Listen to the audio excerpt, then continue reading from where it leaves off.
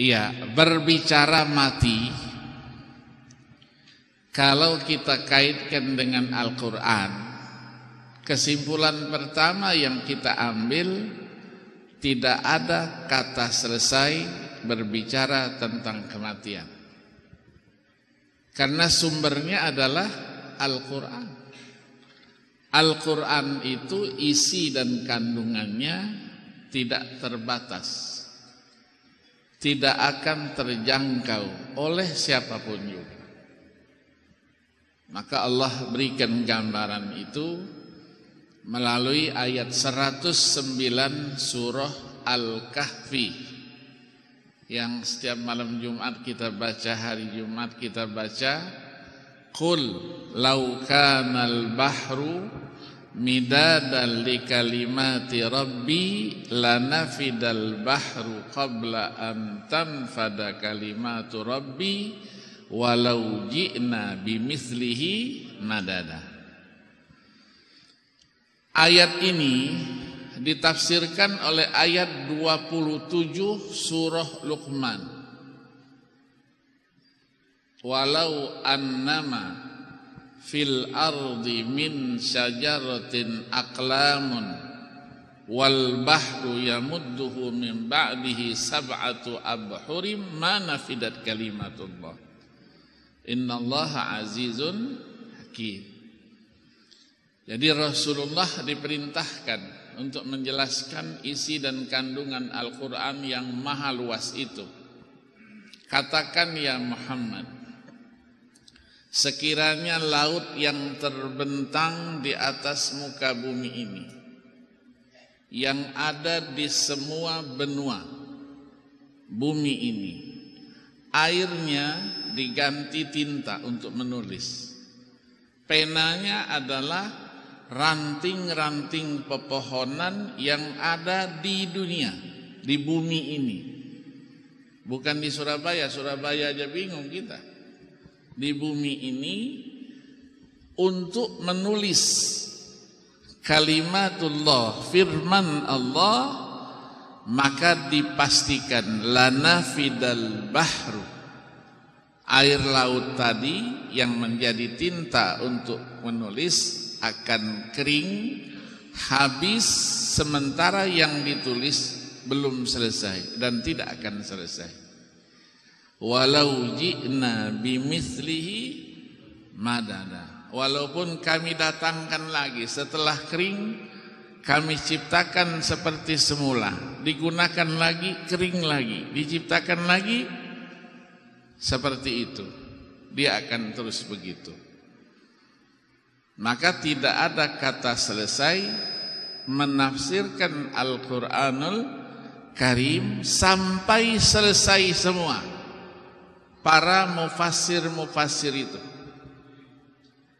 Sudah tidak ada lagi mufassir itu, Al-Quran dia tetap eksis, tidak akan ada perubahan, penambahan, pengurangan.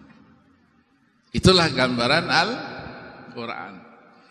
Nah, kita akan berbicara satu tema dari beberapa tema yang ada di dalam Al-Quran, yaitu kematian.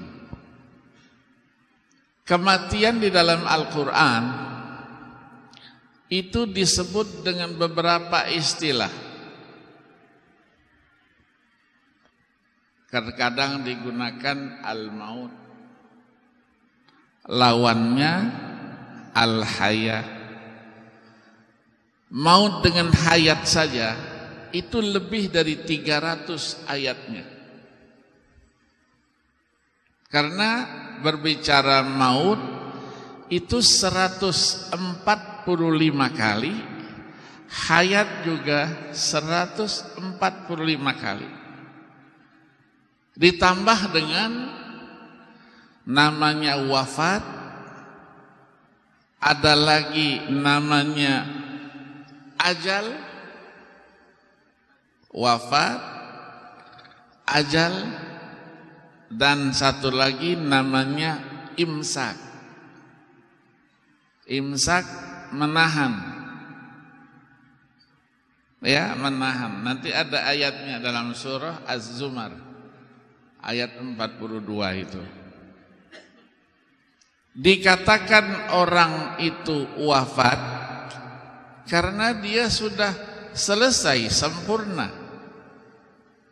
Wafa, iwafi, ya wafatan artinya sudah melaksanakan tugasnya, sudah memenuhi apa yang dia miliki. Maka orang itu meninggal berarti sudah selesai. Yang kedua dikaitkan dengan waktu. Itulah namanya ajal. Sering kita dengar likulli qada'in qadar walikulli qadarin ajal walikulli ajalin kitab yamhullahu ma yasha'u wa yuthbit wa indahu ummul kitab. Ada namanya qadha, ada namanya qadar. Qadha itu keputusan final. Qadar itu masih master plan-nya. Setiap qadha pasti ada qadar. Qadar itulah yang masih bisa berubah dia. La yuraddul qadaru illa bid-du'a. Ya, takdir itu masih bisa berubah dia dengan kekuatan doa kita. Nah, likulli qadar ajal. Ada waktunya. Kalau sudah ada waktunya, likulli ajalin kitab, sudah ditulis. Jadi bicara qadha dan qadar saja. Kalau kita ingin membaca itu 3 jilid besar bukunya. Disertasi itu. Ya, Ibrahim Ad-Dasuqi yang mendapat gelar apa? Mendapat hadiah Malik Faisal Al-Khairiyah itu. Luar biasa. Maka kalau sudah ajalnya datang, fa iza jaa ajaluhum la yastakhiruna sa'atan wala yastaqbil. Tidak ada yang bisa menolaknya. Iya kan? Nah, sekarang kita berbicara kematian. Kematian itu ada kaitannya dengan kehidupan.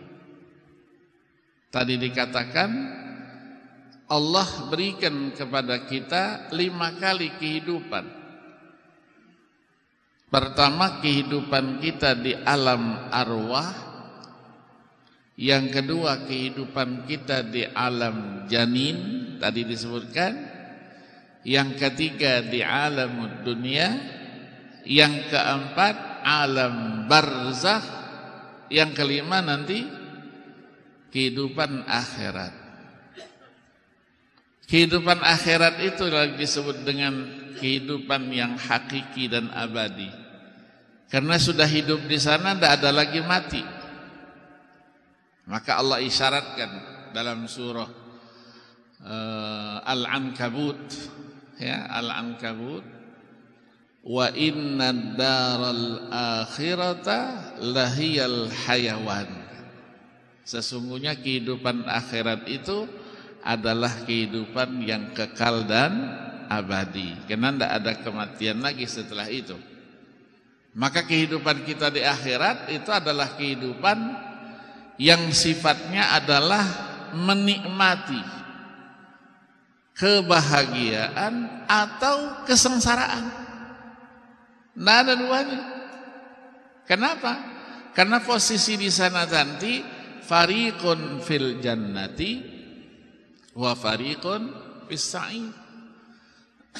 Sekelompok nanti di surga, kelompok lainnya di neraka. Saya tidak masuk surga, tidak apa-apa, tapi saya di emper-empernya itu. Wal emperu itu tidak ada di sana. Ya, di empernya tidak apa-apa gitu. Neraka juga. Ya, saya jangan masuk neraka. Ya di pinggir-pinggirnya saja gitu. Ya, gambaran itu, gambaran neraka kita temukan dalam Al-Quran, gambaran surga juga kita temukan dalam, nanti batasannya hanya kaca saja kata. Masing-masing kita bisa melihat bagaimana orang yang ada di neraka, bagaimana orang yang ada di surga.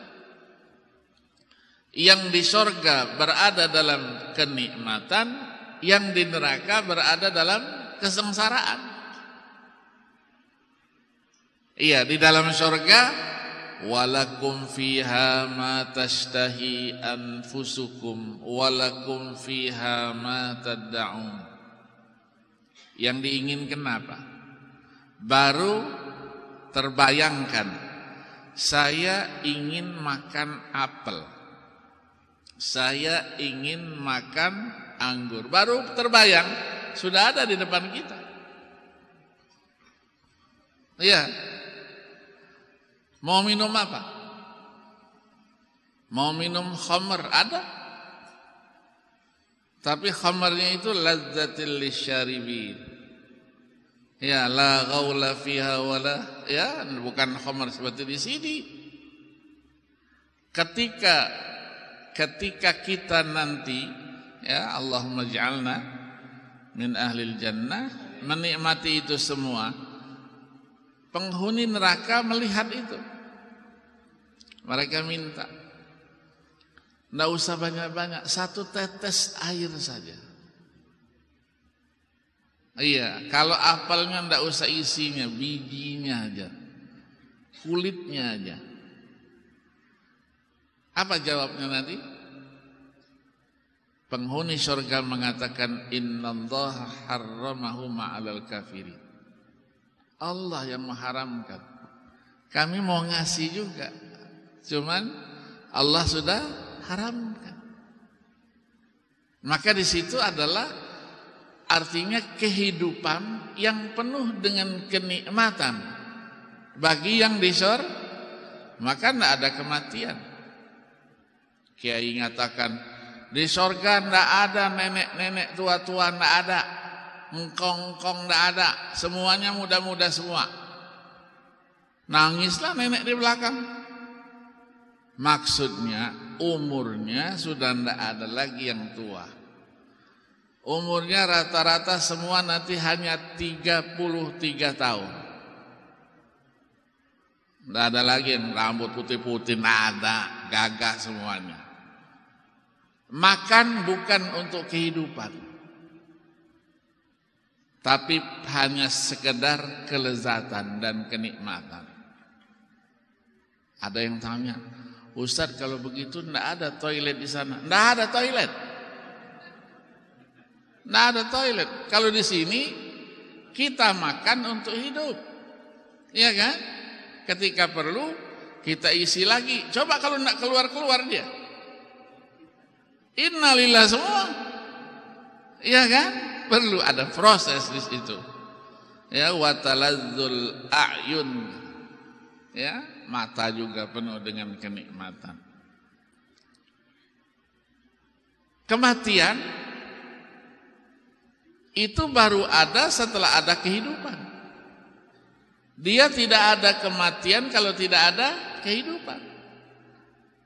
Nanti orang-orang kafir yang ingkar dengan kehidupan akhirat, sudah waktunya nanti dia ngaku itu semua. Ya, dibuka surah Ghafir ayat 11. Rabbana amattana tsnatain wa ahyaitana tsnatain fahal lana min khuruj min sabil. Ada enggak jalan keluar lagi? Betul, sekarang ngaku dia sudah. 2 kali sudah mati, hidup juga sudah 2 kali katanya. Ya, nah diartikan di situ kematian itu 2 kali, itu sebelum kelahiran kita berarti kita mati atau hidup. Ya, yang keduanya setelah kita mendapatkan kehidupan di dunia baru kita mati. Akan dikatakan wa kaifa takfuruna billahi wa kuntum amwatan fa ahyaakum tsumma yumitukum tsumma yuhyikum tsumma ilaihi. Ya, kamu masih tidak percaya juga. Ya, maka kalau ada yang tidak percaya dengan kebangkitan, maka Allah dalam Al-Quran dengan Al-Quran dididik supaya ingat proses kalian ada di dunia itu bagaimana sih? Ya, tidak usah banyak-banyak ayatnya. Ayat 5 saja dari surah Al-Hajj. Karena Al-Hajj itu awal suratnya ngingetin kita hari itu. Ya, ya ayyuhan nasu taqu rabbakum inna zalzalatas saati syai'un 'azim. Azimnya bagaimana sih? Yauma tarawna tadhalu kullu murdi'atin amma arda'at wa tada'u kullu dhati hamlin hamlaha wa taran nasa sukara wa ma hum bisukara walakinna 'adzaballahi syadid. Jadi hebatnya hari itu, nanti ibu yang sedang menyusui anaknya lepas tuh anak, yang sedang mengandung lahir tuh anak, tidak tahu kemana dia pergi. Semua orang dalam posisi mabuk. Tapi kata Allah bukan mabuk, sebetulnya itu azab Allah yang. Apakah semua orang begitu? Dijelaskan dalam surah An-Naml, wa yauma yunfakhu fis-suri fafazi'a man fis samawati wal ardi illa man syaa Allah. Semua kondisi begitu kecuali yang siapa itu? Yang nanti yang mutamassikin bil iman wal a'mal as-salihah. Ya, itu enggak bakal itu bingung, dia biarin aja orang bingung. Kita tidak. Ya. Nah, ketika itulah Allah firmankan, ya ayyuhan nas in kuntum fi raibim minal ba'thi fa inna khalaqnakum min turab summa min nutfatin summa min alaqatin summa min mudghatin mukhallaqatin wa ghairi mukhallaqatin linubayyina lakum wa nuqirru fil arhami ma nasha ila ajalin musamman thumma nukhrijukum tiflan. Lahir dia. Setelah itu apa? Thumma litablughu ashuddakum wa minkum may yutawaffa. Sini wafat di sini. Sebagian mereka ada yang dimatikan, ada yang belum lahir saja di perut sudah mati dia. Wa minkum may yuraddu ila arzalil umri likai la ya'lama min ba'di ilmin syai'a. Ada yang dipanjangkan oleh Allah umurnya. Iya kan? Umurnya. Nah, nanti umur sendiri, karena umur kaitan dengan kehidupan dan kematian. Ya, nanti nikmat umur dari bagaimana? Nanti ada sebuah hadis kursi kita jelaskan. Terus kalau kita ragu dengan kebangkitan, reinkarnasi itu, ya, Allah jelaskan dalam banyak ayat, dalam surah Ar-Rum, surah Yasin, ya, sering kita katakan, sering kita baca, kita sampaikan.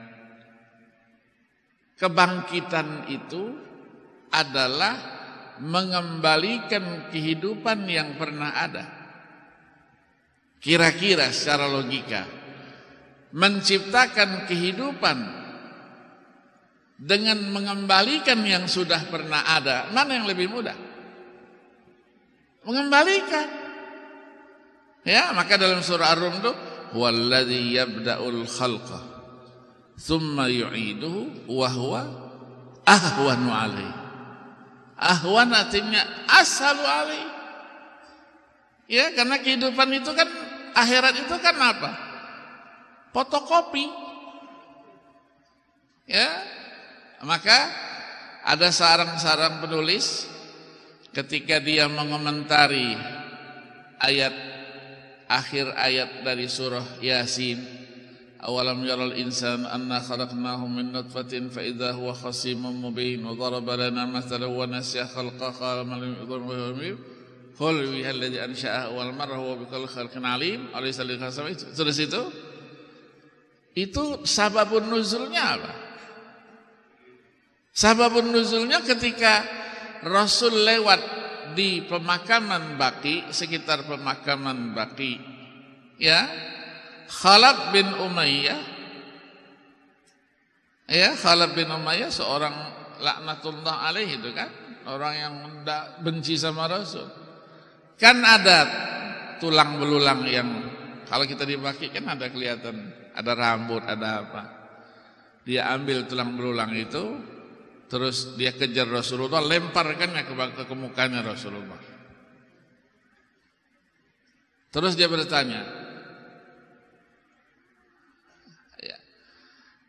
bertanya, apakah Allah akan membangkitkan tulang-tulang yang sudah bercerai-berai ini? Ya, mutafattat, mutabutalashi. Rasul jawab, wallahi, na'am, wallahi yab'atsuka wa yudkhilukan nar. Ya, kata Rasul, demi Allah, Allah akan bangkitkan itu dan engkau akan dimasukkan ke dalam neraka. Itu reinkarnasi. Nanti ada orang yang tidak percaya adanya kematian itu, kebangkitan itu. Ya, termasuk nanti Mesir kuno itu. Ya. Maka dia takut nanti ketika sudah masuk tanah, hancur semuanya, mau dibangkitkan, tertukar nanti tulang belulang itu karena kan bertetangga kita. Ya, maka ditemukanlah namanya balsam itu, mumi itu. Ya, mumi itu apa? Dikasih dipoles kulitnya, ya, supaya tidak rusak. Diletakkanlah dia di bukit-bukit, tidak dimasukkan di dalam tabut. Nanti kebangkitan, tidak repot-repot, langsung keluar saja dia masuk tuh. Itulah Firaun itu. Ya, ini pemikiran mereka ya. Nah, sehingga diciptakanlah mumi itu yang sampai sekarang tidak ada ilmuwan yang bisa menemukan itu. Bukan berarti yang sudah mati di mumi seperti itu tidak sakit, sakit juga. Sakitnya apa dia? Sakitnya ketika temperatur udara itu tidak cocok, dia sakit. Sakitnya berubah warnanya jadi biru, ya, kemudian kita tubuh itu, iya, berlumut-lumut, sakit. Firaun itu pernah sakit. 92 sakit dibawa ke Perancis. 94 saya kebetulan ada jadi tamu di Mesir. Hari Selasa dibawa pulang. Kamis boleh dilihat. Saya minta sama Perdana Menteri. Saya bilang saya minta mau lihat yang baru balik dia sakit ini. Tahu dia. Ya karena dia sakit juga. Nah, itu mumi ya, keluarga Firaun banyak. Semua di seluruh penjuru pelosok Mesir itu ada semua keluarganya. Yang disimpan di Maidan Tahrir di tengah-tengah kota itu ada sekitar 1 kamar itu semuanya. Ya, 1 kamar. 1 kamar di mumi dia. Ada yang besar, kecil, sampai yang masih hamil, ada yang baru dilahirkan, kecil, di mumi semua. Ya, kalau pernah ke museum Mesir, kita saksikan itu. Tapi yang berani, kalau tidak berani jangan. Mahasiswa-mahasiswa di sana waktu saya tahun 79, saya kebetulan ke sana. Anak-anak mau masuk. Masuknya agak mahal bayarnya itu. Sudah saya yang bayarin semua. Dari Saudi kan kita kan. Saudi duit bulanannya besar. Dapat hadiah lagi saya waktu itu keluar itu kan. Dapat 1.000 rial dari raja. Saya suruh masuk semua. Anak-anak di kosan itu ayo kita masuk semua. Yang tidak kuat 3 hari 3 malam dia tidurnya ngigau terus. Teringat dia. Karena mati itu kan macam-macam bentuknya kan. Ya, ada yang jelilit, ada apa mata kan gitu kan. Nah, itu nanti bahagian kecil dari pembahasan kita nanti. Ketika ruh itu dicabut bagaimana? Rasanya kira-kira enak atau enggak? Terus apakah kepergian ruh itu bisa kita ikuti terus sampai tempat posisi terakhir ataukah tidak? Nanti Rasul berikan informasi itu. Maka orang-orang yang beriman kalau dia meninggal ya, dia senyum, berarti Allah perlihatkan kepada dia tempat yang akan dihuninya nanti di akhirat. Ya, innar ruha idza qubida tabi'ahul basar. Kata Imam An-Nawawi ketika mensyarahkan hadis itu dalam syarah Sahih Muslim, itu 2 kemungkinan. Kalau orang yang beriman itu adalah berita gembira. Tapi kalau orang yang tidak beriman, orang yang durhaka, itu adalah berita celaka itu. Allah lihatkan nanti tempatnya yang isinya adalah penuh dengan siksa dan kesengsaraan. Nangis juga dia. Ya, maka ada sebahagian agama kita ini, ya, ada yang mau meninggal, dan mau dia lihat meninggal itu dimasukinnya dalam kamar, gluduk-gluduk peranglah dia sama malaikat. Sudah tidak ada suara lagi baru dibuka, sudah mati katanya. Ya, Cina-Cina kan begitu. Ya, Cina-Cina begitu. Kejam sama orang tuanya. Sudah mau nazak itu dikunci, dia masukin dalam kamar dikunci. Globok. Orang kan sakit. Mungkin perang dia karena dia bisa main silat mungkin dengan malaikat apa? Sudah tidak ada suara lagi, sudah mati baru diambil sama dia. Begitu perjuangan. Ya, itulah yang disebut nanti namanya sakarat. Ya, sakarat. Wallahi kata Nabi, inna lil mauti la sakarat. Sesungguhnya kematian itu ada proses pendahuluannya, namanya sakaratul maut. Dalam surah apa? Surah Al-Waqiah kan sering kita baca itu. Ya, yauma idzin nurun wa nahnu aqrabu ilaihi minkum walakin la tubsirun. Ya, itu kan kita tunggu-nunggu kan. Padahal Allah sudah maha dekat dengan itu. Ya, proses itulah namanya proses kematian. Ya, apakah bertambah lama proses itu memberikan keindahan tersendiri, ataukah bertambah lama proses itu terjadi membuat kesengsaraan sendiri? Proses itu kan. Nah, maka bertanya di sini, kapan seseorang itu dikatakan mati? Kapan? Seseorang dikatakan mati itu kapan? Tidak ada yang bisa menemukannya sekarang. Tidak ada. Kecuali fikih mawaris. Fikih mawaris ya. Apa itu mati gitu? Ya, tahakkuk ya. Begitu kan? Dia dapat waris ketika yang diwarisi betul-betul mati.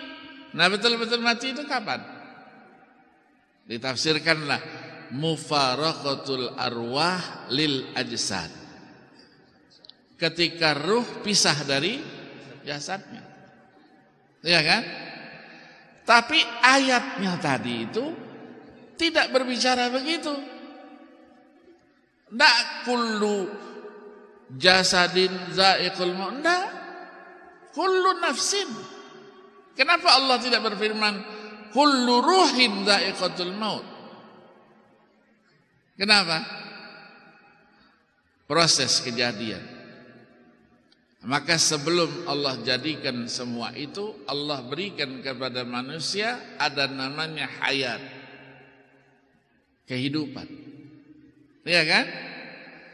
Maka ditiupkanlah namanya ruh. Setelah itu proses. Proses itulah ya namanya jasad.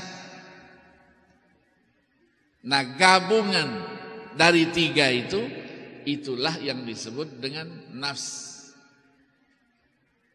Pertanyaannya, apakah ketika ruh itu pisah dari jasad, kehidupan sudah tidak ada lagi? Ada hayat nabatiyah, ada hayat syaitaniyah, apa dalam dunia filsafat itu kan? Kalau kita belajar filsafat, tambah pusing kita. Karena filsafat itu tujuannya apa? Memberikan gambaran sesuatu yang ada di luar akal itu oleh akal kita untuk mencari kebenaran. Maka topiknya itu tidak ada topik yang selesai. Siapa manusia? Topik filsafat kan? Siapa manusia? Tidak terjawab siapa manusia itu. Kita manusia sendiri tidak bisa jawabnya. Siapa saya? Tidak tahu. Ya, apa itu kehidupan? Apa itu kematian? Hidup dan mati ada namanya ruh. Apa itu ruh? Wa yas'alunaka 'anir ruh, qulir ruhu wa ma utitum minal ilmi. Robot banyak diciptakan, bisa berbuat apa saja, tapi tidak bisa menciptakan ruh. Ruh itu besar atau kecil, tidak ketemu sampai sekarang. Ya, maka di ujungnya wa ma utitum minal ilmi illa qalila. Tidak aku berikan kepada kalian ilmu pengetahuan melainkan bukan sedikit, sangat sedikit. Kenapa? Nah, kata orang usul fikih, qalilanya itu nakiroh, didahului oleh ma. Ya, an-nakiratu fi siyaqin nafi ta'ummu. Ya, maka jangan diartikan sedikit, sangat. Ya, kita mau tahu rahasia Allah kan? Nah, dari sini kita tarik satu kesimpulan. Mati itu nikmat atau kesengsaraan? Nah, tergantung gitu kan? Nah, oke. Kalau tergantung, mari kita bandingkan apa bedanya mati itu dengan tidur.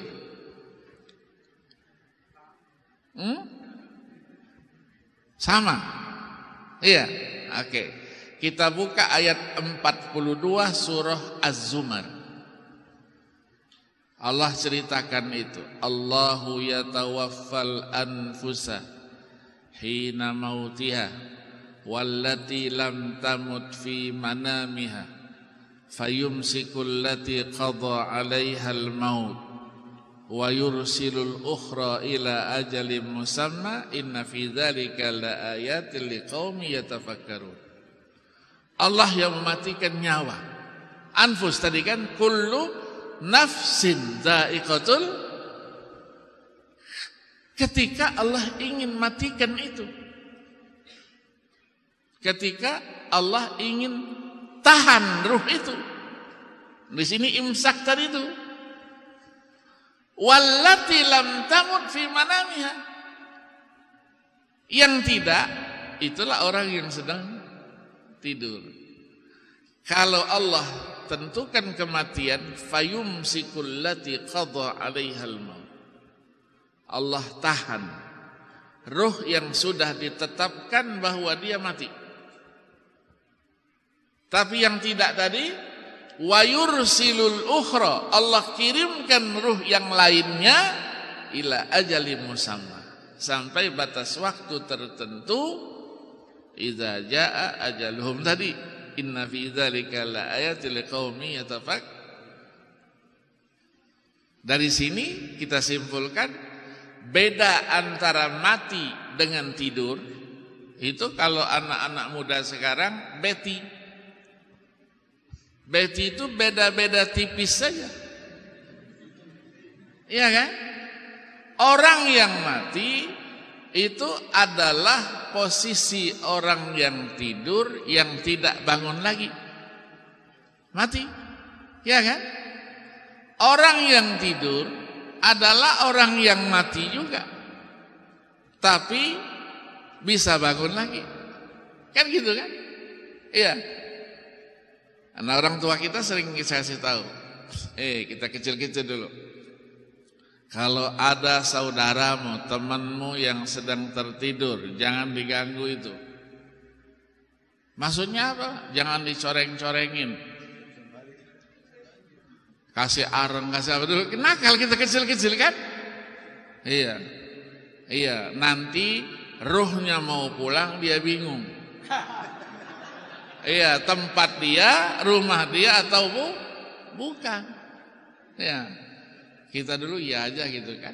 Tapi kalau dia sudah pernah mondok ngaji dengan Ustaz Imam Mawardi, ndak bah katanya, tidak bah. Ndak mungkin ruhnya itu kesasar, ndak mungkin. Wa yas'alunaka, saya ya kan dan diajari oleh Ustaz Imam Mawardi. Maksudnya begini, kata orang tuanya. Orang yang sedang tidur itu adalah orang yang sedang mendapatkan nikmat. Jangan diganggu. Berarti orang yang mati itu juga nih jangan diganggu juga. Iya kan, nikmat kan? Nikmat. Ya, nikmat. Nah, sekarang yang dikatakan mati itu apa? Kedokteran mengatakan mati itu adalah ada 21 definisi. Tidak berfungsinya batang otak, tidak beredarnya, tidak sirkulasi lagi darah kita, berhentinya denyut nadi, apalagi macam-macam, ya. Tapi fokusnya itu batang otak itu. Dokter fokus dari situ. Tidak berfungsinya batang otak. Itu orang itu dikatakan mati. Yang katakan batang otak kan di sini. Ya. Apa indikasinya? Orang itu katanya kalau dia dipukul belakangnya dia langsung mati. Maka tidak boleh kita mukul batang otak di belakang ini. Kalau depan benjol-benjol apa-apa dia.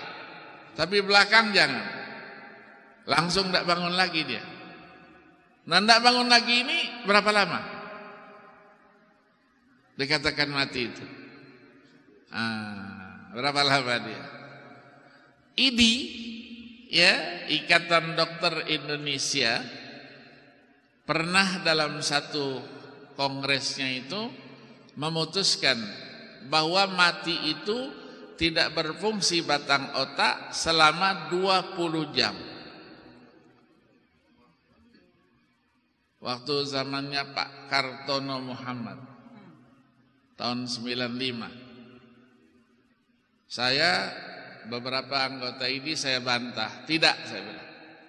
Kenapa? Karena saya sudah bertemu dengan orang yang tidak berfungsi batang otaknya lebih dari 20 jam. 26 jam. Hidup lagi. Maka saya cari dulu, saya penasaran, saya cari orangnya itu, ketemu. Saya wawancarai, kapan terjadi ini proses ini, seorang minas sholihin ya orang. Haji Abdul Ghani namanya. Sampai dia meninggal betulan itu tahun 96. Dari 59. Berapa lama itu? Sempat kawin lagi, karena istrinya meninggal. Sudah tua, sempat kawin lagi, kena anaknya sudah di mana-mana. Dia cerita sama saya dianggap mati, bukan nih, dianggap mati sama orang jam 2 siang. Misalnya jam 2 siang tadi itu. Di malamnya sudah roba tahlilan, yasinan, sudah kumpul semua. Pak Haji meninggal. Dimakamkan besok pagi jam 4. Berarti berapa jam? 26 jam. Iya kan? 26 jam. Sudah dibawa tuh jenazah. Sudah dimandiin, sudah dibawa semua. Sudah dapat yang lahatnya sudah siap semua. Didekatkan di situ, anaknya 3 orang sudah turun. Ya. Siapa namanya? Namanya ada Usman, ada Ali, 3 orang turun di bawah. Turun dah. Sudah turun. Begitu mau dibuka kerandanya itu, keranda tuh goyang. Goyang, namanya anak-anak muda-muda, kabur semua itu. Kabur, maisan itu. Ada yang ditabrak, patah dia, ada yang jatuh, lari semua. Ada satu kebetulan orangnya gemuk. Dia teriak, jangan lari, jangan lari. Kata yang satu, kamu gemuk, udah bisa lari. Dia lari. Jauh ngintip dari pohon-pohon, kan banyak pohon besar-besar. Ngintip, jadi ngintip, apa yang terjadi ini kan. Diberanikan aja sama yang tua ini. Nah mau lari tidak bisa. Dibukanya duduk hamba Allah ini. Goyang-goyang dia. Sekarang dipocong kan. Ini kan banyak kapas gitu. Tangannya terus mau begini tidak bisa karena diikat kan. Diikat semua. Dibuka, dimintalah sini. Ini tidak mati rupanya, hidup, kata yang ngemuk tadi itu. Siapa yang punya baju kain? Biasanya kita kan serempangkan kain, baju double gitu kan. Yang cocok kasihkan sama dia. Sendal, ayo pinjamin sendal. Kadang-kadang kan tidak bawa sendal dia. Iya, dibilangin sama dia. Yang anaknya nunggu-nunggu di bawah, mana? Tidak tahu dia orang di atas lagi perang. Iya, tak dulu. Tahu-tahu dari anggota keluarga pulang ke rumah. Pulang ke rumah ngasih tahu bahwa Pak Haji hidup lagi. Yang rumahnya dia itu, saya ke sana. Rumah dia, rumah yang ada isi semua pindah. Pindah ke rumah adik yang namanya Imron. Lari semua. Takut. Ya, Pak Haji ini hidup lagi. Pulang, mau diajak jalan jalan tikus dia, enggak mau kata. Saya mau jalannya jalan yang biasa dilalui orang. Akhirnya sepanjang jalan ditonton orang. Karena tahun 59 kan mobil belum ada. Jalan kaki. Tonton, tuh hidup lagi, nyirit-nyirit dari rumah-rumah itu. Pulang dia ke rumah. Masuk ke rumah tidak ada orang, kemana? Ngungsi gitu. Pak Haji hidup lagi. Dihidupkan, dikumpulkan lagi. Saya tidak mati sebetulnya. Saya nanti namanya istilahnya mati suri. Ya, dia ada 4 macam mati itu. Ada mati secara medis, ya, kedokteran memutuskan bahwa dia mati. Nanti ada mati secara klinis. Klinis ini koma. Orang yang koma itu. Ada mati secara yuridis. Diputuskan secara hukum, mati. Itu nanti kaitannya dengan warisan, mafqud namanya kalau dalam ilmu kan orang yang hilang ya. Yang hilang kan diputuskan harus, karena mau bagi waris ini. Nah, satu lagi mati suri. Itu 26 jam. Nah, beberapa tahun yang lalu, ini mungkin tahun Mustamin Arsyad namanya, di Makassar. Hafal Quran, doktornya doktor tafsir. Saya yang ngangkatnya menjadi dosen, karena umurnya pulang 43 tahun. Jadi tidak bisa jadi dosen. Ya, saya jadi menteri, saya buat terobosan. Lapor sama Ibu Presiden, buat surat khusus pengecualian. Kita perlu dengan orang ini. Diangkatlah jadi dosen. Termasuk siapa? Fudoli. Fudoli. Fudoli. Jadi masalahnya nanti 2 tahun lagi pensiun, tidak ada urusan kita. Yang penting kita perlu dengan orang ini, ya kan? Nah, kita angkat dia. Ini pergi haji dia 2013 ya, 2013 yang lalu pergi haji sebagai TPIH, bukan TPHI, TPIH pembimbing. Tinggalnya di Aziziyah, tinggal di Aziziyah. Sholat biasa lewat di Babul Malik, ya kan? Sholat asar, habis sholat asar jatuh tergelincir gitu, kena marmer kan, licin, mungkin ada air zam-zam apa-apa, jatuh, berat, periksa, laporin sama polisi, teman-temannya enggak ada, teman-temannya yang satu pondokan enggak ada, periksa polisi, mati ini katanya, bawa ke kantor masjid, dibawa langsung ke rumah sakit Zahir namanya, dekat Kuliatul Banat, ya, Kuliatul Banat itu di Zahir nama kampungnya. Langsung diperiksa, langsung dimasukkan ke kamar mati. Freezer. Masuk freezer itu selama 8 hari 9 malam. Tradisi di Mekah biasa, kalau orang yang sudah mati masuk ke rumah sakit tidak ada yang ngambil, seminggu paling lama itu dikeluarkan, dimandikan, dikuburkan. Itu biasa, karena gantian kan, tempatnya itu gantian, karena banyak yang meninggal. Nah dia diambil lah gitu, mau dimandikan. Begitu dikeluarkan dari kamar mayat untuk menuju ke tempat pemandian itu, duduk dia. Kan tidak masuk akal. Dari freezer bisa duduk, mustahil. Kita ayam aja mau digoreng, direndam dulu berapa lama? Iya kan? Iya. Duduk dia. Duduk, dibukalah ikatan tangannya, ininya kan, dari kain itu diikat, duduk dia. Yang dorongnya itu, menurut cerita dia itu, dorongnya itu ada 2 orang perempuan perawat. Itu begitu dorong dia duduk, langsung pingsan dua-duanya itu. Karena tidak pernah terjadi. Tidak pernah terjadi. Dia ngirit, hai, gitu kan, hidup kan. Diambil, panggil dokter spesialis, langsung ditangani, dikasih suntikan, infus, supaya mempercepat proses apa? Es tadi itu, ya salju tadi itu, es yang dingin itu. Diajak ngomong semua dia. Bahasa Arab, memang sekian tahun di Mesir kan, tempatnya di mana, rumah, ingat semua dia. Itu sudah tanggal 2 Zulhijjah. Bayangkan 2 Zulhijjah itu Mekah itu sudah penuh. Orang tidak ada yang keluar lagi dari mana-mana, masuk, tidak kembali lagi kecuali selesai haji. Ya, terus kata dokternya, rumah sakit sudah, nanti habis Isya nanti kita antarkan. Iyalah, sudah saya tunggu kata.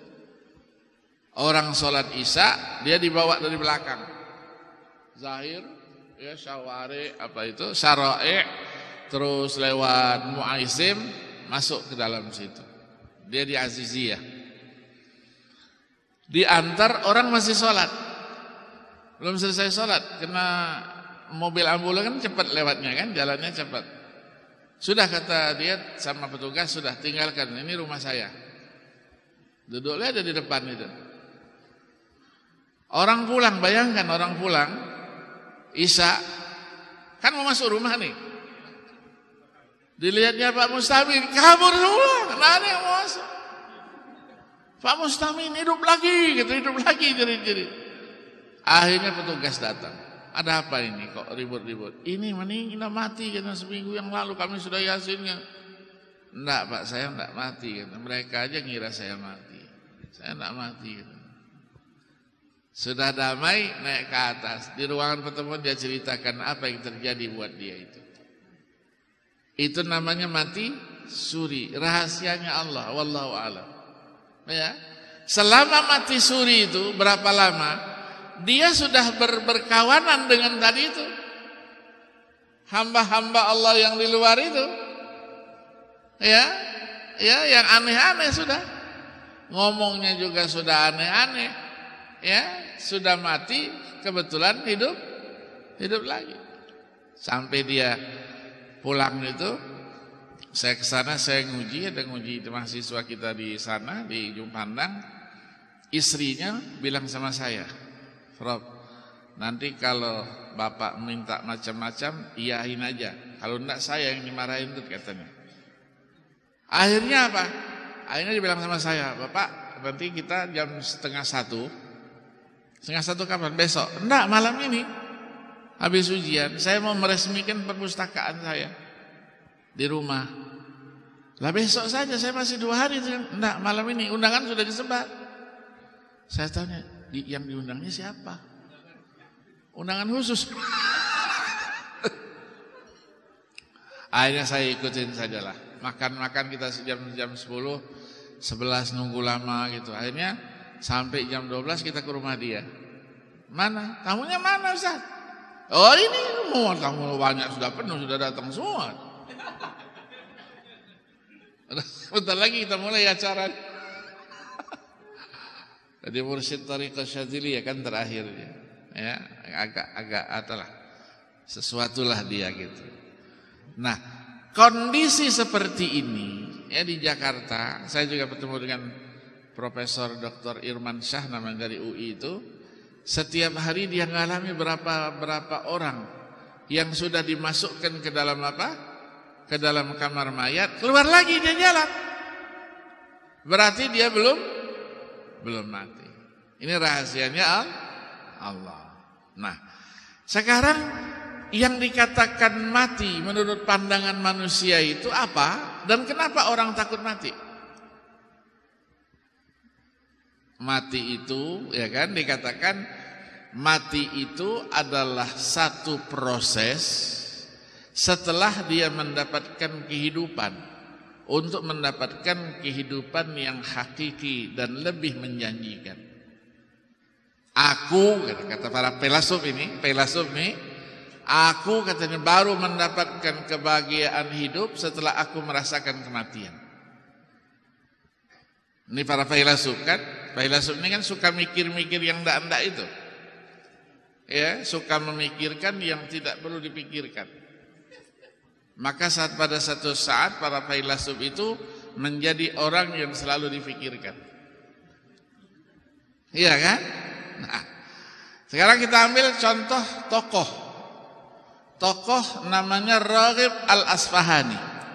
Ya, yang sering kita Al-Mufradat fi Gharibil Quran dia. Meninggal 502 Hijriah.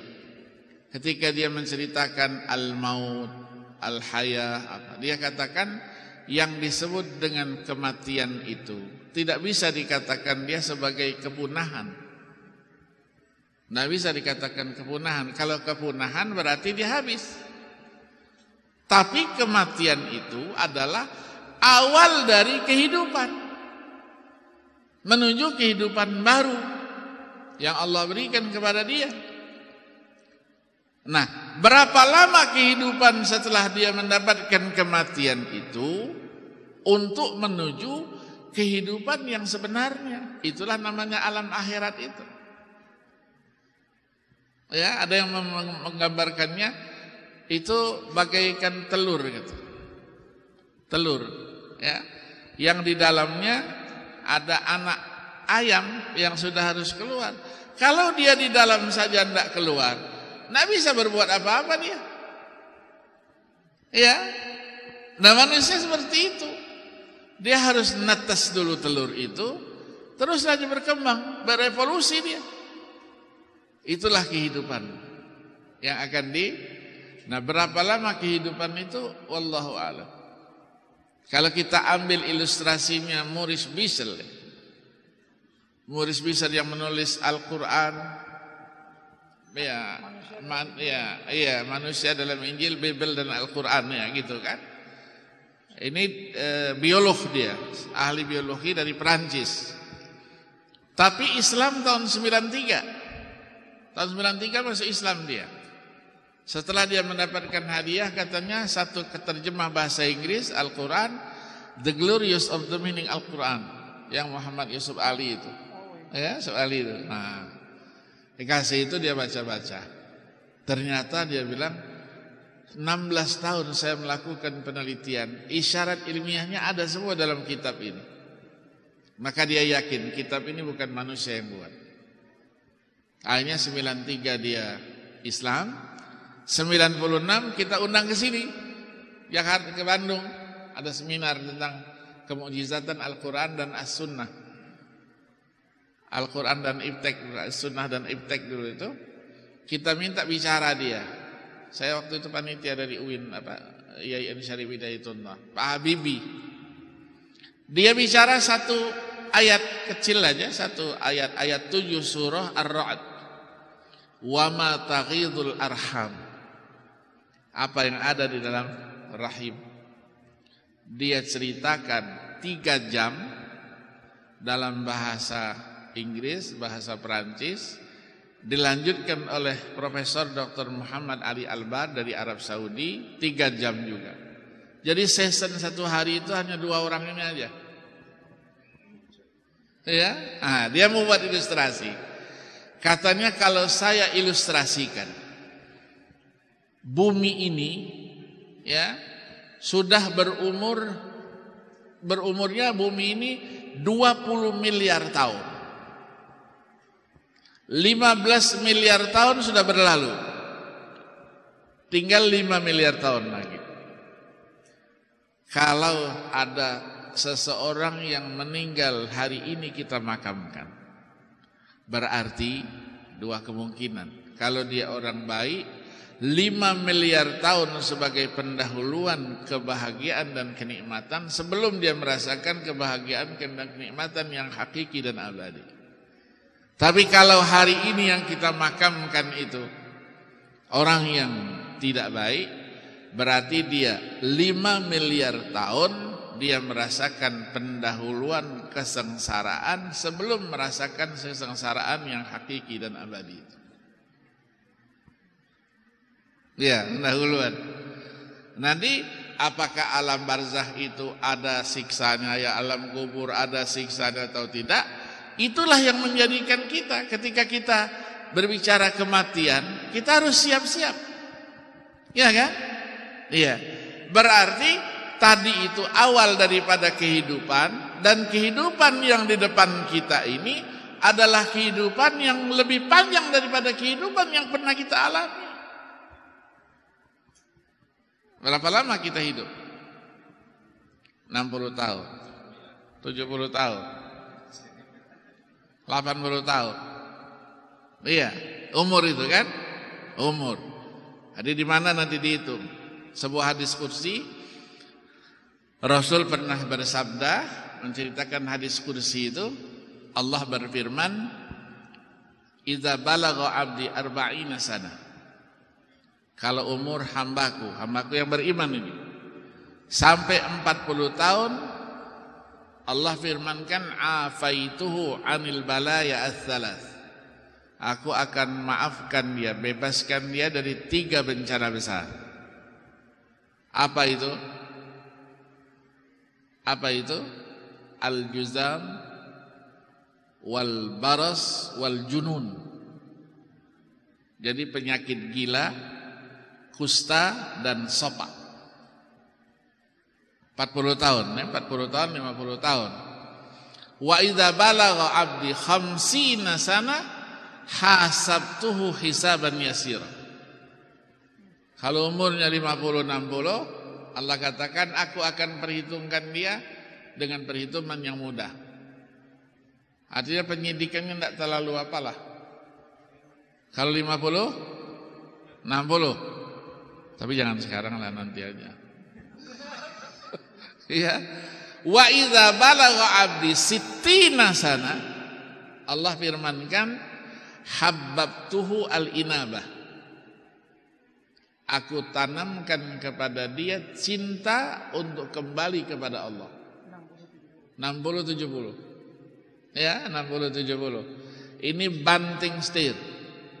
Dulu tidak pernah ngaji, dia tidak pernah majelis taklim, tidak pernah ke masjid dia. Setelah pensiun, berarti hidayat dia. Kalau enggak, selesai. Lebih gila lagi dari orang-orang gila itu. Ya, ada hidayatnya kan? Nah, wa idza balagha 'abdi 70 sana ahabbathul malaika. Kalau dia 70 80, malaikat yang cinta kepada dia. Kemana-mana sudah digiring sama malaikat. Di belakangnya malaikat, gitu kan? Iya, sama dengan kambing dan dilus-lus. Kira sebentar lagi mau disembelih nih kan? Allah cintai. Dikirim malaikat untuk mengawalnya itu. Ya, Allahumma ja'alna minhum. Wa idza balagha 'abdi 80 sana, umurnya 80 90, pertama dikatakan kutibat lahu hasanatu wa ulghiyat anhu sayyi'atu. Dicatat amal baiknya, dihapus semua kejahatannya. 80 90. Ya, mudah-mudahan kita sampai situ. Amin. Wa idza balagha 'abdi 90 sana, kalau sampai 90, 3 kemuliaannya. Fahuwa asirullah fi ardi. Dia jadi tawanan Allah di muka bumi ini. Iya, jarang orang sudah bisa jalan lagi, jarang ya. Di rumah aja, yang jaga juga istri yang keberapa sudah wallahu alam sudah. Iya kan? Di rumah saja dia. Yang kedua, ghufira lahu ma taqaddama min dambi wa ma ta'akhkhar. Dosa yang lalu, dosa akan datang, habis semuanya. Yang ketiga, wa yashfa'u ala ahli. Dia bisa memberikan syafaat kepada keluarganya. Doanya la yurad. Doa dia, ya, hanya saja mungkin ada penyakitnya namanya penyakit pikun. Ya, likulli da'in dawa illal haram, kata Nabi itu. Pikun. Pikun itu lupa. Ya, lupa betulan. Baru sholat, baru pecinya masih dipegang. Ah, saya mau sholat lagi, belum sholat. Lah, tadi sholat apa? Oh iya ya, katanya, beringat dia kan. Iya, katanya kan. Ini perlu kesabaran ngurus orang-orang yang begini nih kan. 90, 100 kan. Yang 100 ke 110, hadisnya sudah tidak ada lagi. Habis hadis. Hatam. Ya, tapi kita masih berjumpa dengan orang-orang yang umurnya yang tua-tua itu. Ya, di Bali dulu, Allah yarham, Habib Muhammad Al-Faqih 130. Ya, 130.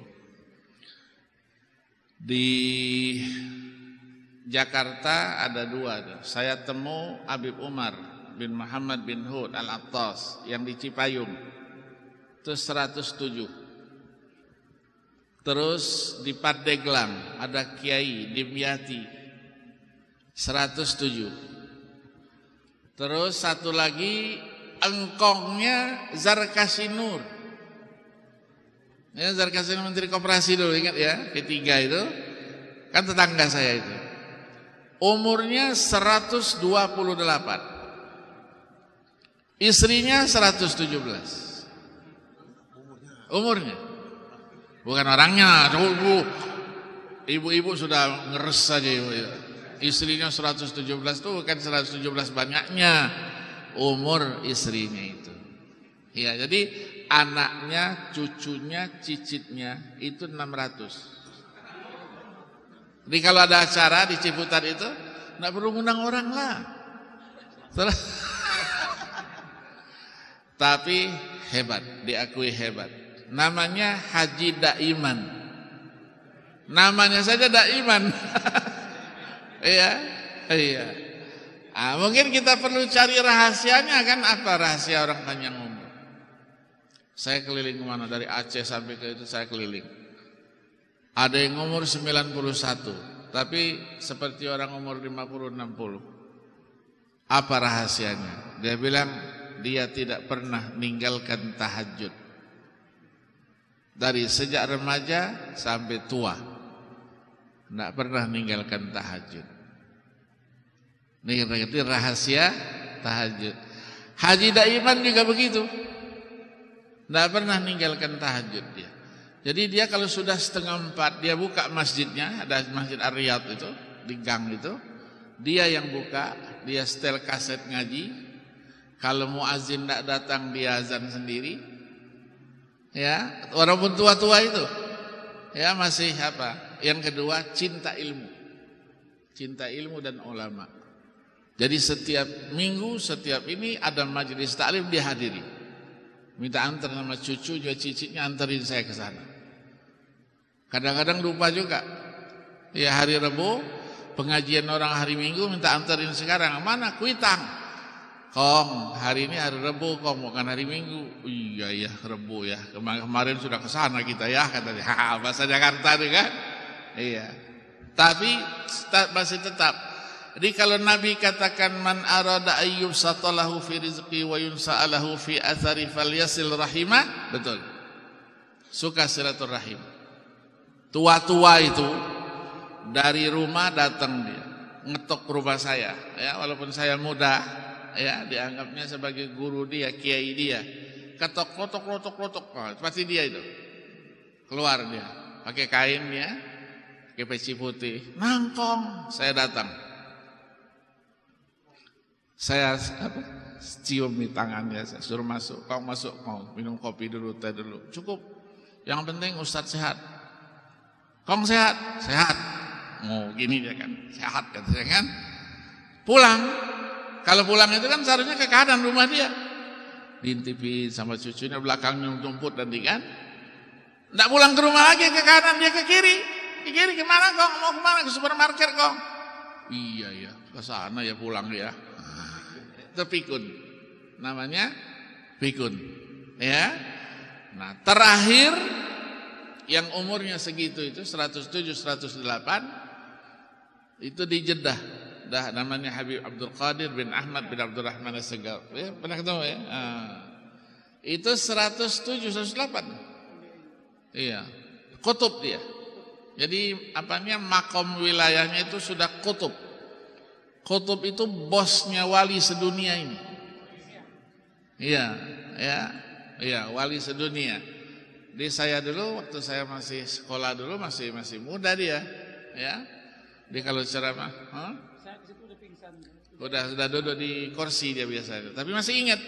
Jadi kalau kita ke sana, kita selip tangannya, kita bilangin Agil gitu.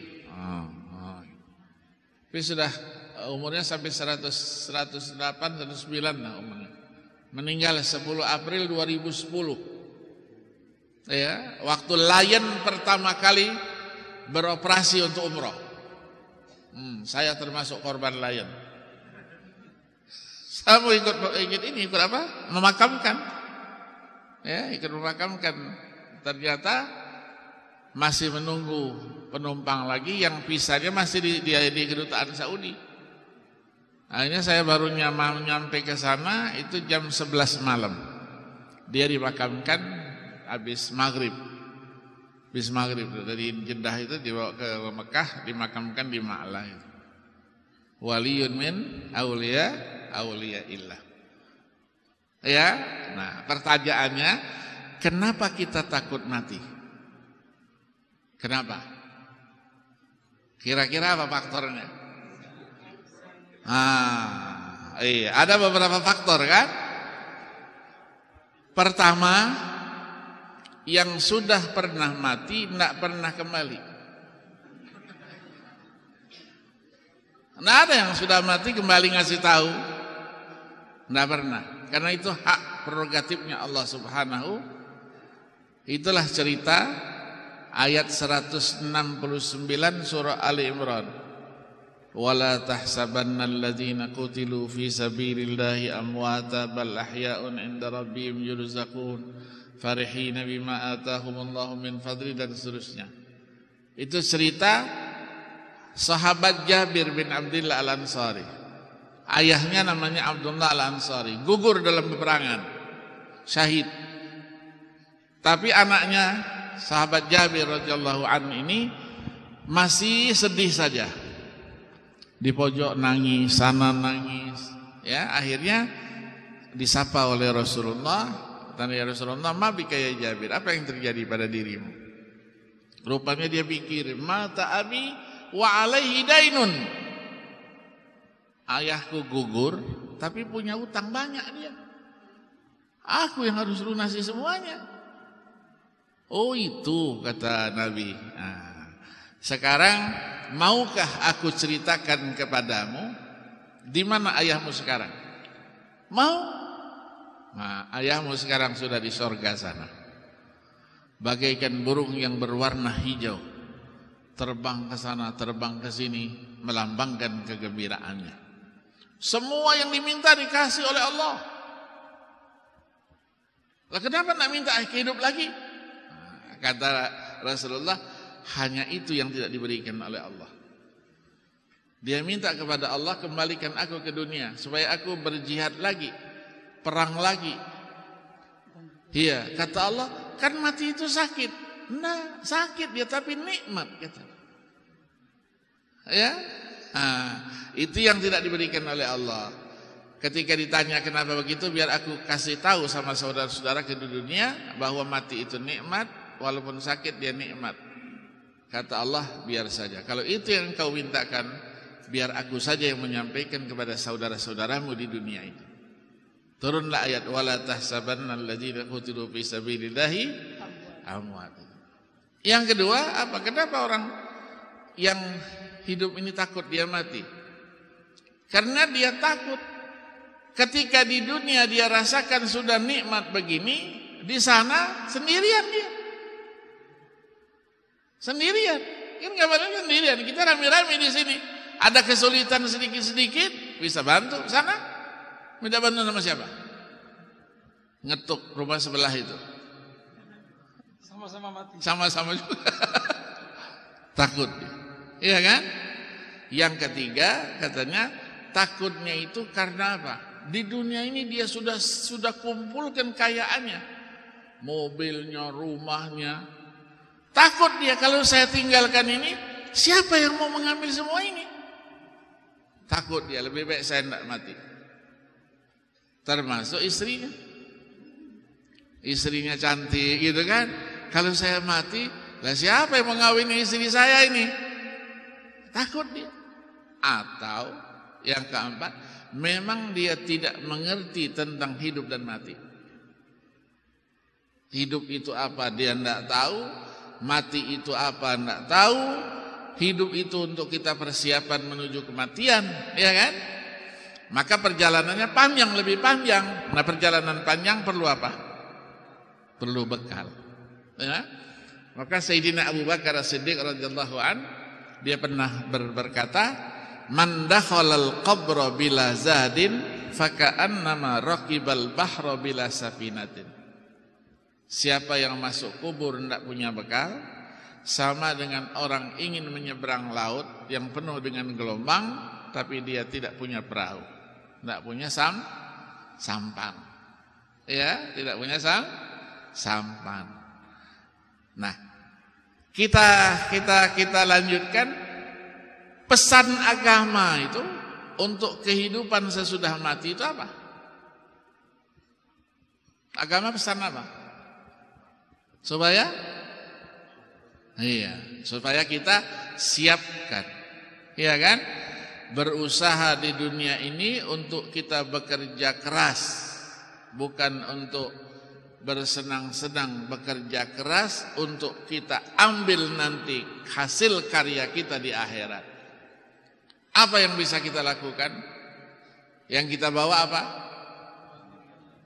Amal jariyah, iman dan amal yang saleh. Jadi ketika nanti itu yubassarunahum yawaddul mujrimu law yaftadi min adzabi yaumi idzim bibani wa sahibatihi wa akhi wa fasilati allati tuwi kalla innaha kalimatun huwa qail. Ya, di dalam yang lain juga begitu. Orang yang tidak beriman dia begitu datang kematian, digambarkan oleh Allah apa yang akan terjadi di hadapannya, dia minta tundakan dululah. Jangan sekarang aku dimatikan. biar aku bisa bekerja sesuai dengan apa yang engkau minta. Ya, surah As-Sajdah sering kita baca kan? Walau tara idzil mujrimuna nakisu ru'usihim inda rabbihim Rabbana absarna wa sami'na farji'na na'mal salihan inna muqinun. Begitu juga dalam surah apa? Surah Al-Mu'minun. Zaiza ajahul mautu qala barji'uni la'alli a'malu salihan fima taraktu kalla innaha kalimatun wa qailuha min wara'ihim barzakhun ila yaumi yub'atsun. Kata Allah, bohong, minta kembali bekerja lagi, bohong. Nggak ada itu. Ya, maka kita harus siap. Walaupun kita sudah mati, tapi sebetulnya kita tidak mati. Karya kita terus apa itu? Jadi kalau hadisnya sahih Muslim, idza mata ibnu adam qata'a amaluhu illa min thalath, shadaqatin jariyah aw ilmin yuntafa'u bih aw waladin salihin. Kalau hadis yang lain lagi, riwayat yang lain lagi ditambah lagi dia. Ya, teksnya beda dia. Inna mimma yalhaqul abdul mu'min min a'malihi wa hasanatihi ba'da mautihi ilman nasyarah, ilmu yang dia kembangkan, dia sedarkan, mushafan warrasah, Quran yang pernah diwakafkannya, wakaf Quran, ya, awwaladan solihan tarakah, anak yang soleh yang ditinggalkannya, au masjidan bana, masjid yang dibangunnya, au baitan libnis sabili bana, ya rumah singgah kalau sekarang ya, rumah singgah yang dibangunnya, au nahron ajroh, dia pernah membuat aliran irigasi yang dirasakan oleh semua orang, au syajaratan gharasa, atau pohon yang pernah ditanamnya rindang, orang berteduh di situ, ya hilang kepanasannya, dapat pahala dia walaupun dia sudah tidak ada lagi. Itu yang kita harapkan. Ya, betul tidak ada azab kubur, kebahagiaan kubur, betul. Ya, itu keimanan kita Ahlus Sunnah wal Jamaah.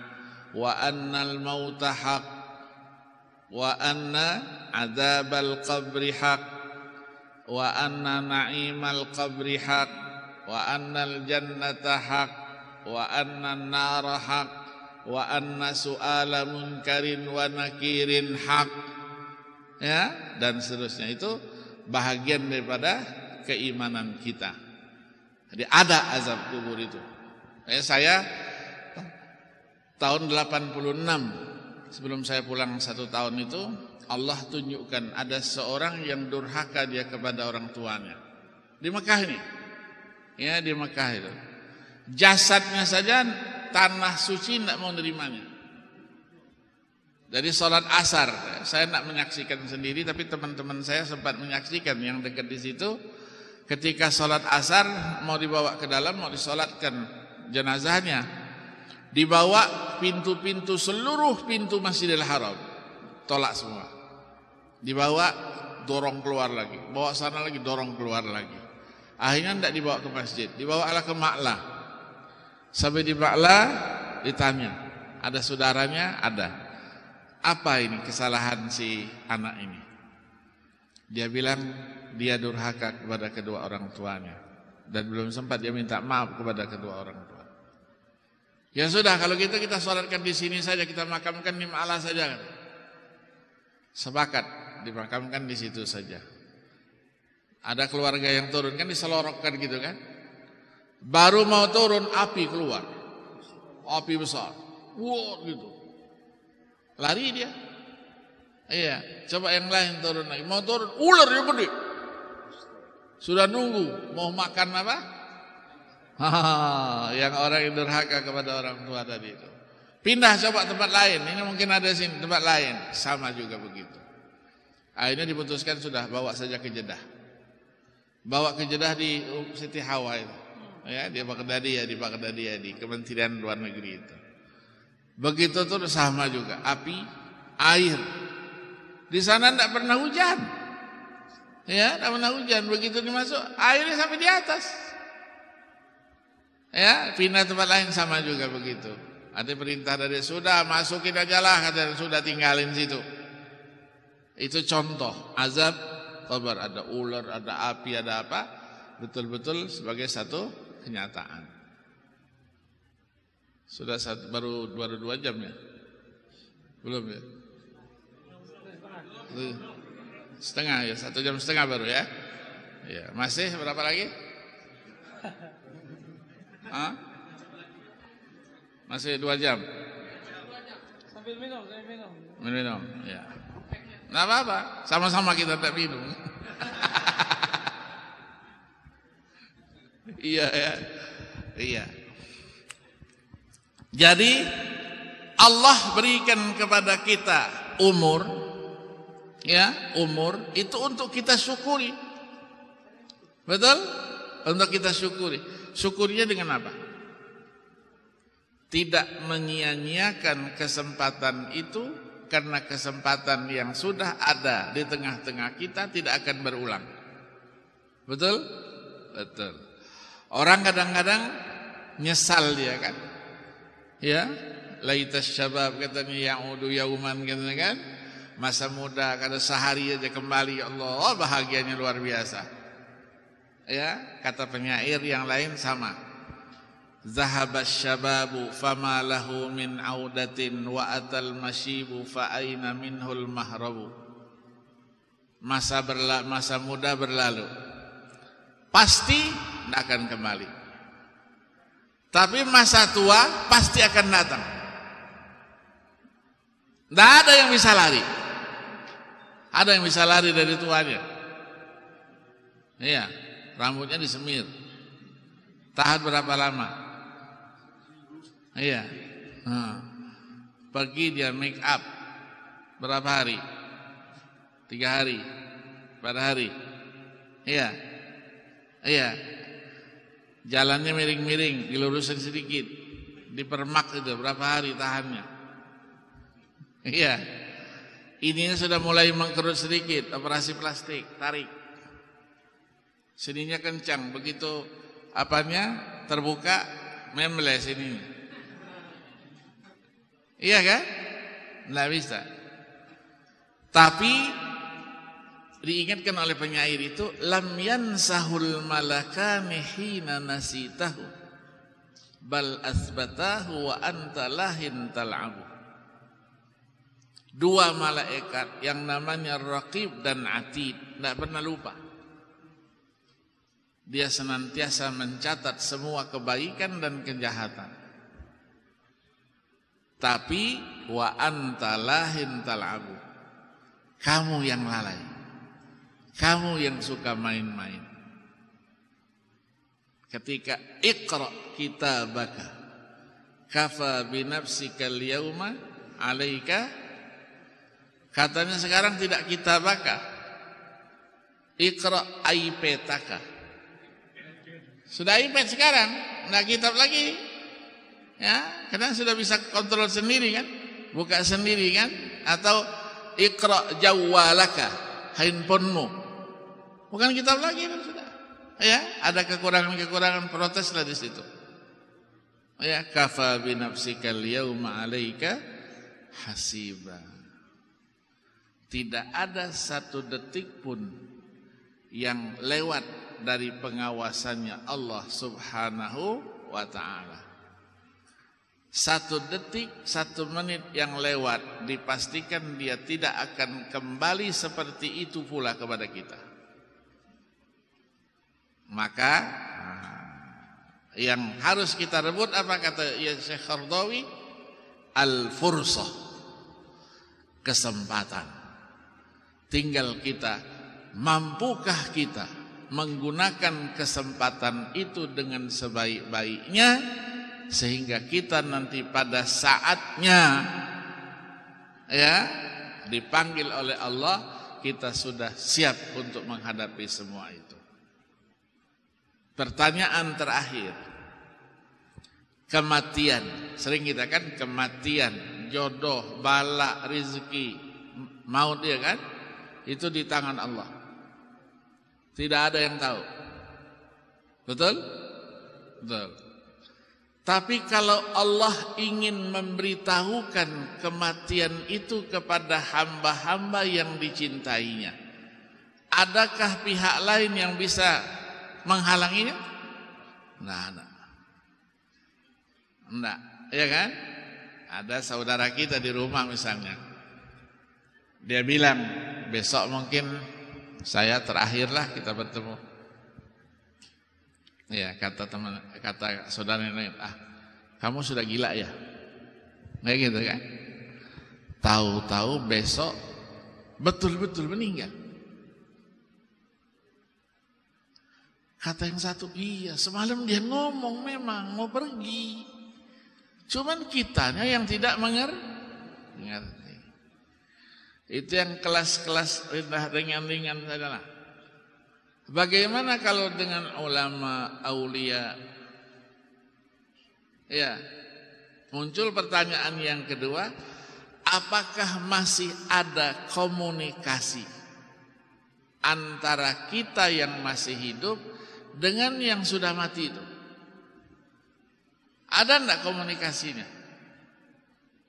Kalau Nabi jelas kan? Inna arwahal anbiya ahya fi kuburihim kan? Ruh para nabi itu hidup di kuburnya. Kalau kita bagaimana? Bagaimana itu? Ya, saya ceritakan pengalaman. Saya bertemu dengan para ulama ya. Di Mekah itu berapa kali itu? Di Mekah ada kiai kita ya, kiai dari Trenggalek,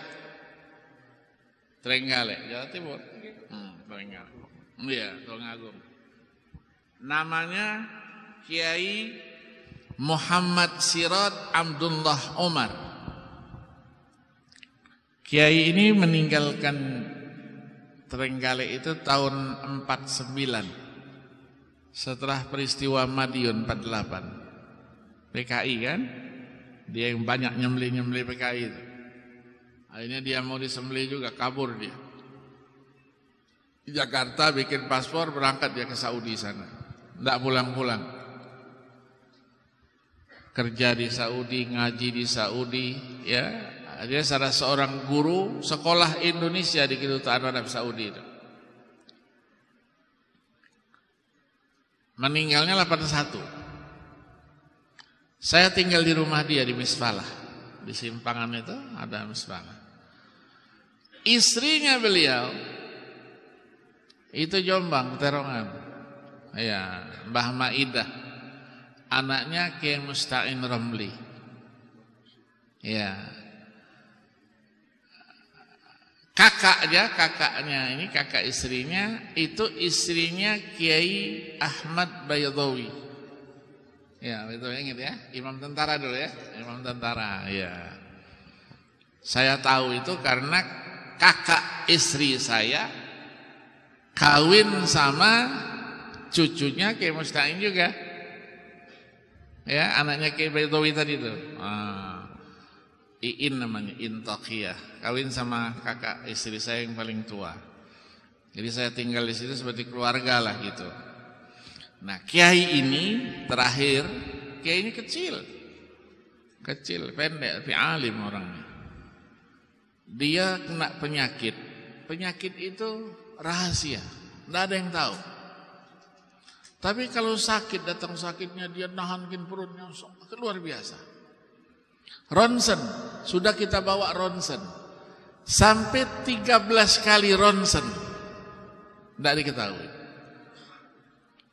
Terakhir saya bawa ke mana, ke rumah sakit Faisaliyah di Shisha itu, saya bawa dia untuk di ronsen sama orang Pakistan, dokter Pakistan di ronsen, tidak ketemu juga.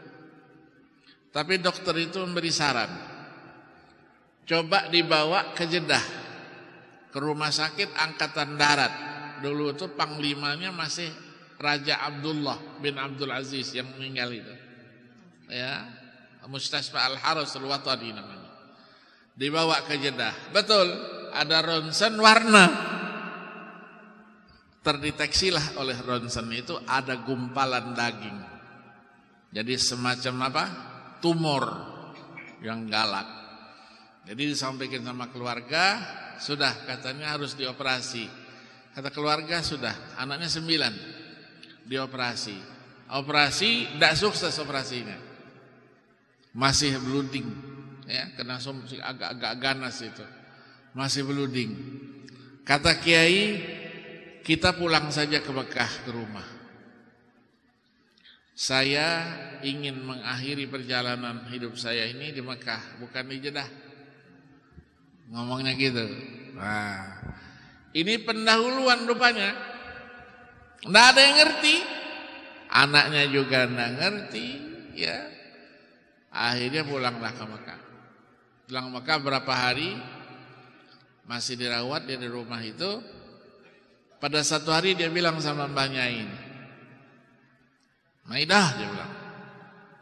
Maidah namanya, Bunyai Maidah namanya. Maidah, siapkan tempat tidur saya, ganti spraynya semua putih-putih, ambilkan baju gamis saya yang bersih, ya, hadapkan tempat tidur saya itu arah kiblat. Ada apa, kata Bunyai, kan biasa main orang tua kan, ada apa ini? Memang sudah ininya katanya apa, sudah agak-agak sinting sedikit atau bagaimana gitu. Ngugegorannya ngigau kalau bahasa kita kan. Iya. Siapkan saja dia bilang. Sudah. Kamar mandi dia, bersih-bersih, wudu, sholat 2 rakaat. Digabaring ke tempat tidurnya, sudah mengarah kiblat, dia panggil istrinya, kumpulkan anak-anak. Nah, tambah begini istri, yang namanya istri sudah dibilangin suami begitu kan, tinggal suami ini pasti kan. Nangis dia, panggil anak-anak, kumpulin anak-anak. Biasa wasiat kiai kan, wasiatnya macam-macam, ya. Ya antara wasiatnya ya kalau saya tinggalkan kamu jangan kawin lagi, gitulah gitu. Biar senang gitu kan.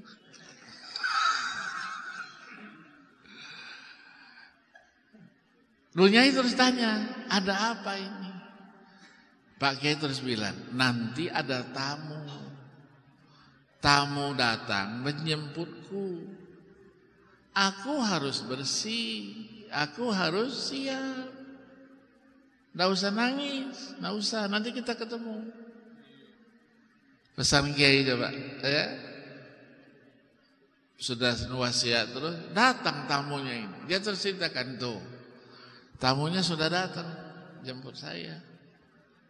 Dia biar saya pergi dulu ya. Enak saja. Baca terus asyhadu alla ilaha illallah wa asyhadu anna Muhammadar Rasulullah. Sedekap sendiri. Senyum. Nah, itu yang tadi itu. Ya, diperlihatkan Allah tempat yang di sana itu. Yang nangis siapa? Yang ditinggalkan. Dia pergi enak saja. Ya. Oke lah, itu sudah tahun 81 yang lalu. Habib Syekh itu Habib Syekh yang sholawat. Habib Syekh AA itu apa? Abdul Qadir As-Saggaf. Ya, AA singkat. AA. Iya. Jadi kakek saya, Agil juga namanya kakek saya, itu kawin, ya, ketika disuruh itu kawin dengan bibinya,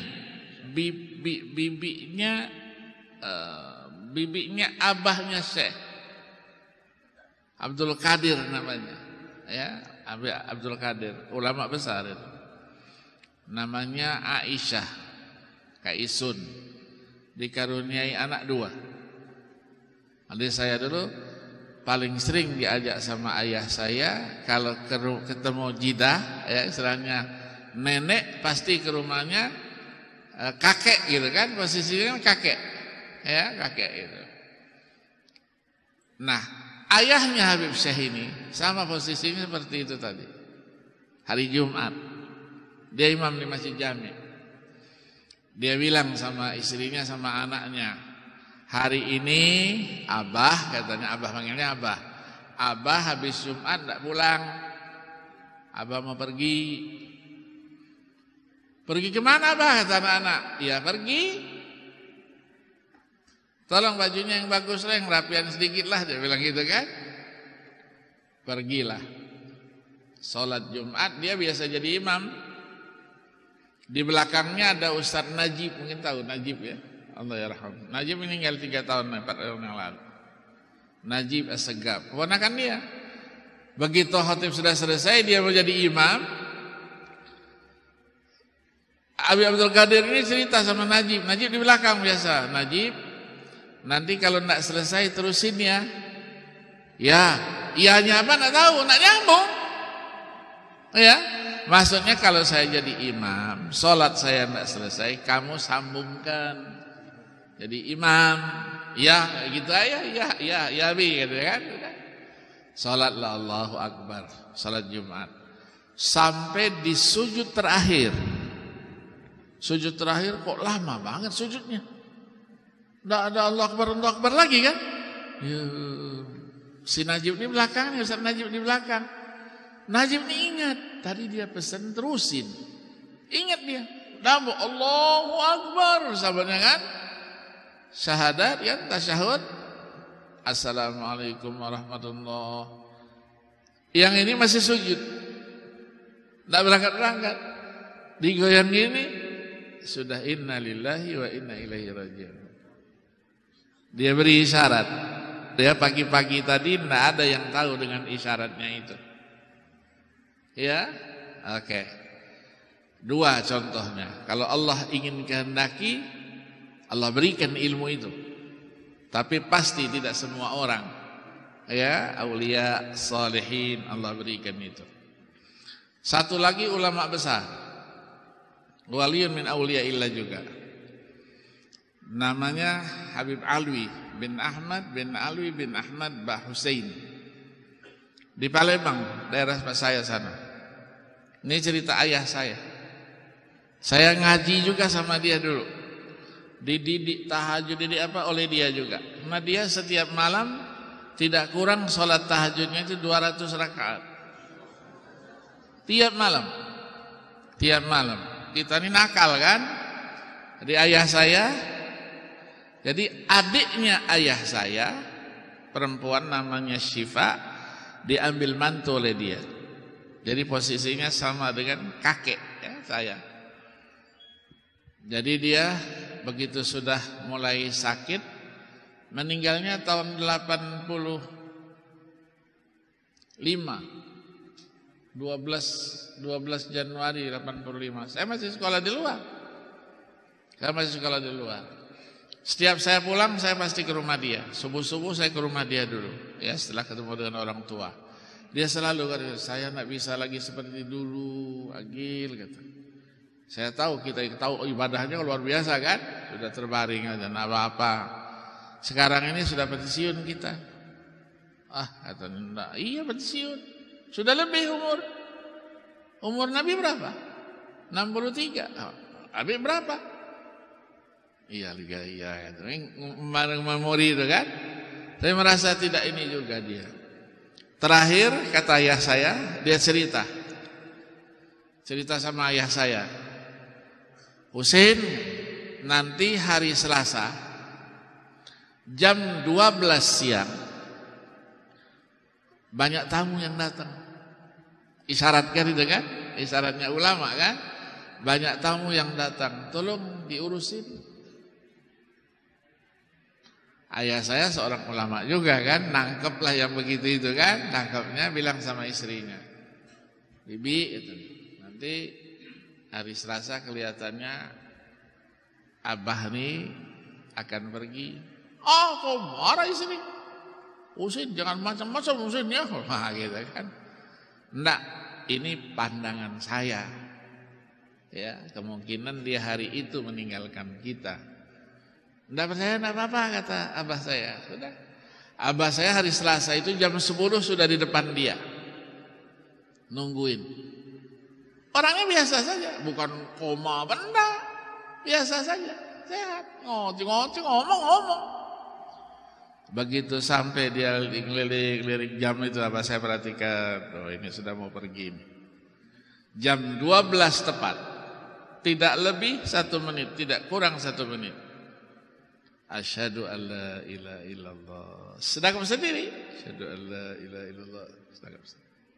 Pergi. Yang nangis siapa? Yang ditinggal. Beliau tertawa. Ya. Maka dikatakan oleh Failasuf itu, kematian itu sebetulnya adalah satu nikmat. Karena dengan mati berarti mempercepat proses pertemuan seorang hamba dengan penciptanya Allah Subhanahu wa ta'ala. Jadi tidak perlu kita takuti. Ya, tidak perlu kita takuti. Maka di zaman Nabi itu kan ada namanya Ahlus Suffah. Ahlus Suffah itu yang tidur di belakang rumahnya Rasul, yang tempat tinggi begini ini. Tidurnya di atas pedang, nunggu komando perang, supaya apa? Gugur di jalan Allah dan mempercepat pertemuannya dengan Allah Subhanahu wa ta'ala. Kalau balik lagi ke situ, nangis, berhari-hari nangis, bukan nyeselin, bukan. Ya, bukan, tidak boleh kita nyeselin kan? Tidak boleh. Tapi itulah katanya, tidak terlalu cepat saya bertemu dengan Allah Subhanahu wa ta'ala.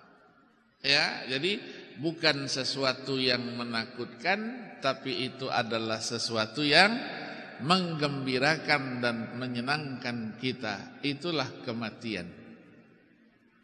Maka kematian itu harus kita persiapkan. Ya kan? Wal tandur nafsum ma qaddamat lighad.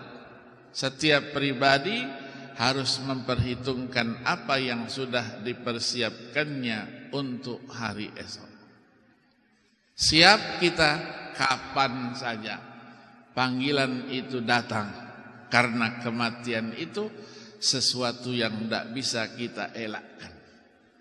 Orang dalam peperangan, pertumpahan darah, apakah orang yang di situ mati karena peperangan, dia lari selamat dari kematian? Tidak.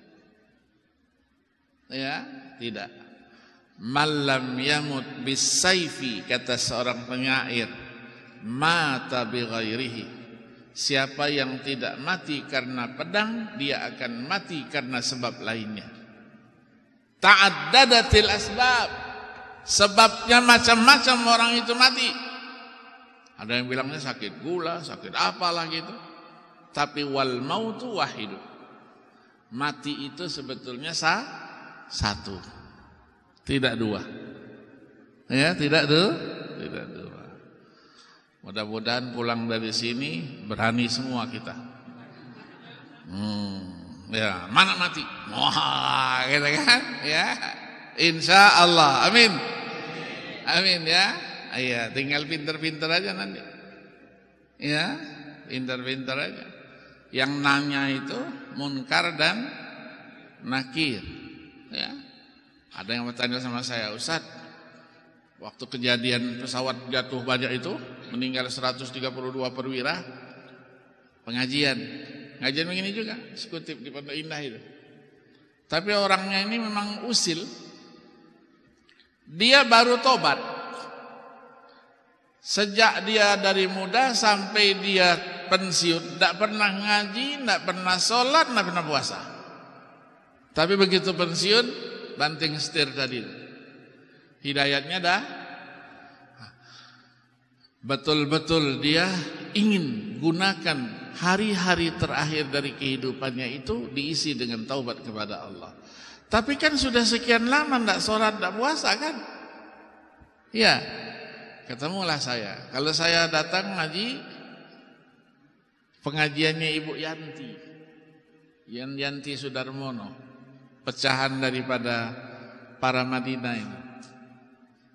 Jadi kalau saya mau mulai pengajian, bapak ini belum datang, tunggu dulu. Datang dia, Assalamualaikum. Datang. Ini pertanyaan. Dia nanya. Pertanyaannya bukan dibuat-buat, karena memang nol agamanya. Nggak tahu memang agamanya nol. Ya, maka dia bertanya setelah dimakamkan sekian banyak itu dalam satu pemakaman 25 meter persegi. Dia bertanya sama saya, Ustadz, kemarin yang 2 hari yang lalu itu Ustadz, iya ada apa? Saya mikirin Munkar Nakir sibuk banget tuh. 132 orang ditanya. Saya bilang yang di sini 130, udah tempat lain kan banyak lagi. Iya Ustaz katanya. Kan nanyanya polos-polos saja. Iya. Tapi dia ingin tahu. Terus saya jawab, kalau kita katakan dasaran inti memang bodoh, marah dia kan? Munkar Nakir kan 2. Nanya 132 orang. Ya gantianlah. Capek mungkar, suruh nakir.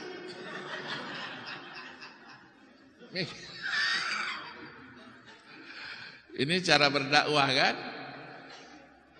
Iya juga ya Ustaz. Iya. Yang kedua saya bilang, mungkar sama nakir cari usaha.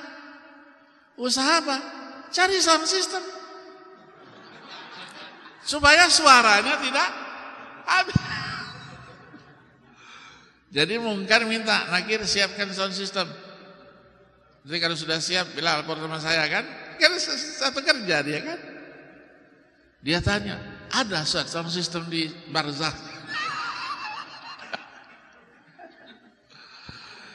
Iya, jadi saya bilang pertanyaannya itu kurang ilmiah sedikit. Kalau diilmiahkan sedikit, itu yang sibuk itu bukan mungkar nakir, tapi malaikat maut.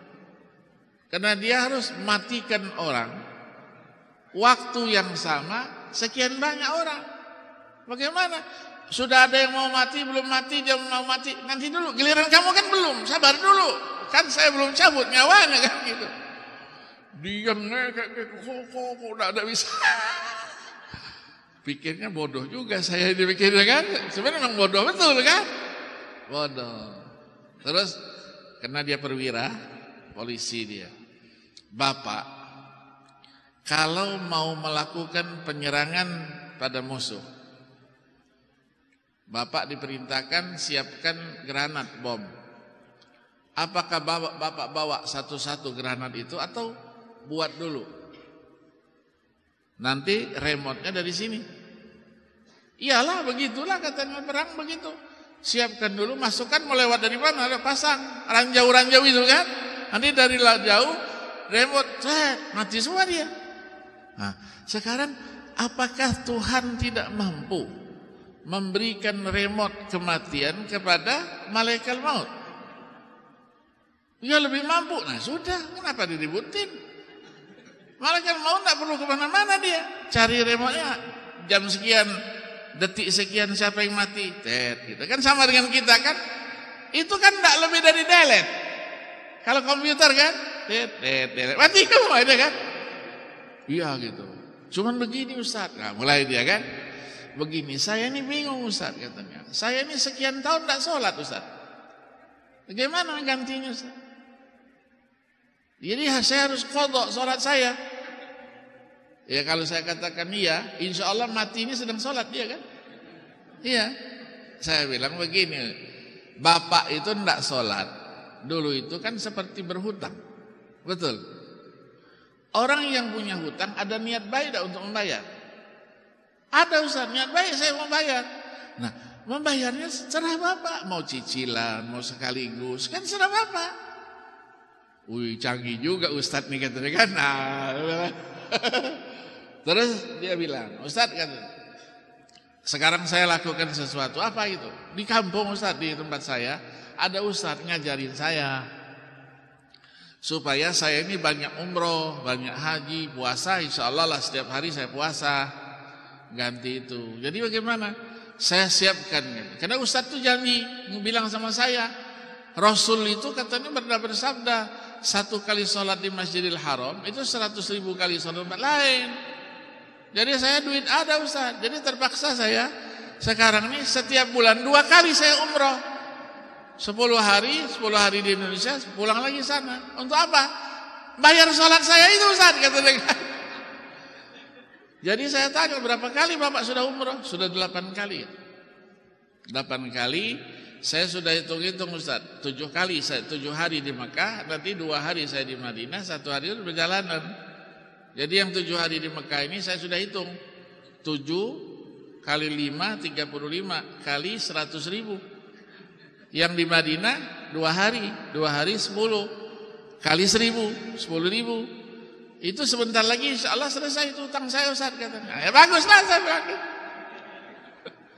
Iya, artinya apa? Artinya keimanan ya itu bisa ditopang oleh sains dan teknologi. Ya jangan sains dan teknologi itu disalahkan, tidak salah itu. Ya untuk meyakinkan dia kan, meyakinkan dia. Karena itu kan fadhail. Bonus kan? Bonus. Tapi Bapak bayar juga ada waktu terus itu. Ya, sampai Allah yarham. Jadi Allah beri ujian juga rupanya, coba juga Allah. Sakitnya 2 tahun. Sakitnya 2 tahun stroke ya. Stroke. Jadi kalau kita mau ngaji Pondok Indah itu saya lewat dulu, saya puasa lewat situ dulu. Saya salami dia. Pak, apa kabar? Ustadz datang nih. Gitu-gitu saja. Ya, bilang kita doakan, sudah masanya sudah begini, sudah tinggal zikir yang banyak, gitu-gitu saja. Ya, itulah rahasia Allah Subhanahu wa Ta'ala. Kita tidak tahu. Ya, seperti cerita Pak Hasim. Baru saya ceritain Pak Ridwan. Pak Hasim itu ke Jakarta terakhir itu kan ke pondok dia kan Depok itu.